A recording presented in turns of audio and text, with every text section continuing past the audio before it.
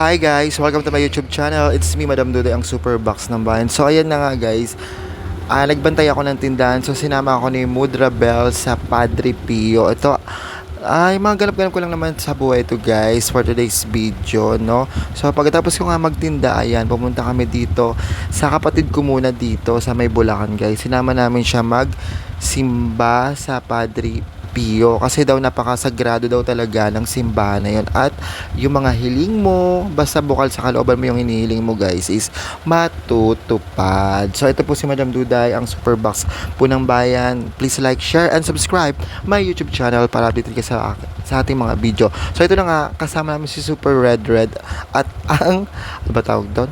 At ang nagde-drive yung kapatid ko, si Buboy, ayun. So napapansin nyo dito, no, napakasarap talaga sa Bulacan. At nung time na pumunta kami dyan guys, is may mga fog, ayun. So napakaganda guys. So napansin nyo, ayan si Mudra, bumaba siya kasi nagre-request sana kami na iangat na lang yung sasakyan, kaso hindi daw talaga pwede. Nakalagay naman sa karatula na October 1 nagsimula yon.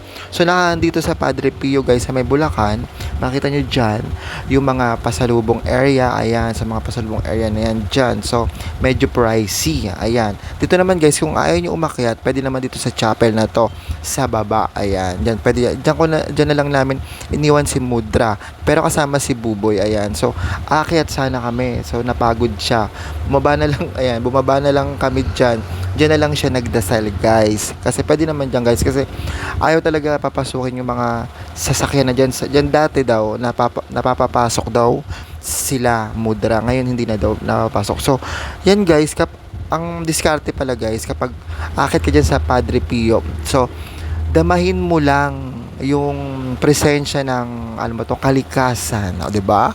Parang mga sangre. So para hindi ka mapagod talaga guys, napakataas diyan, napakatarik nung pagpunta mo dyan guys. So kaya kailangan kapag naglalakad ka dyan guys, is kalmado ka, yan, para hindi ka mapagod, kasi ayun sa mga matataba na yun. Joke lang, napapanglait no.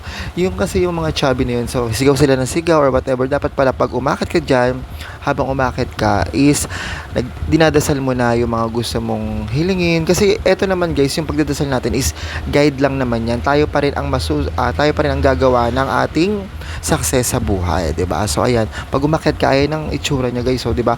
Napakaganda, worth it. Kasi minsan lang ako nakapunta dito sa Padre Pio. So comment down below kung kayo rin ba ay nakapunta sa Padre Pio, 'di ba? Please like, share, and subscribe my YouTube channel guys, para updated ka sa mga bago kong video, ang aking pagyayaw-yaw for today's video. So ayan guys, so napakasarap talaga sa pakiramdam guys, nung kahit papano kinakausap mo siya. Kasi guys, sa totoo lang talaga, siya lang talaga makakatulong sa atin, sarili natin, at siya.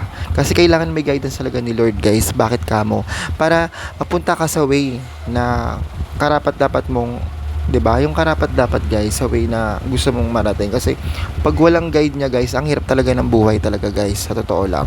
So ayun guys, habang naglalagay ako ng kandila diyan guys, parang alam mo yun guys, yung kinikilabutan ako.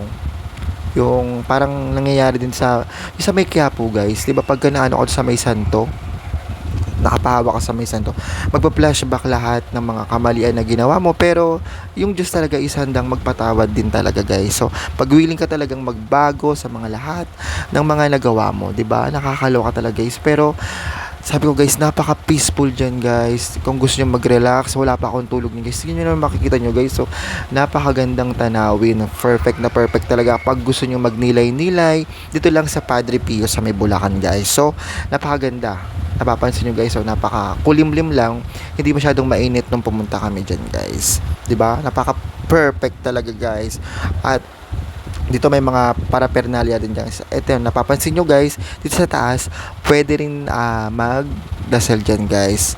So ayan guys, napansin nyo, nagpa-video ko sa kapatid ko na kasi ang dami rin sakit na nadama ko nung itong 2025 guys, kaya hindi ako masyado nagbablog, pero sana sa 2026 maging okay na talaga. Bye bye guys, thank you for watching, bye.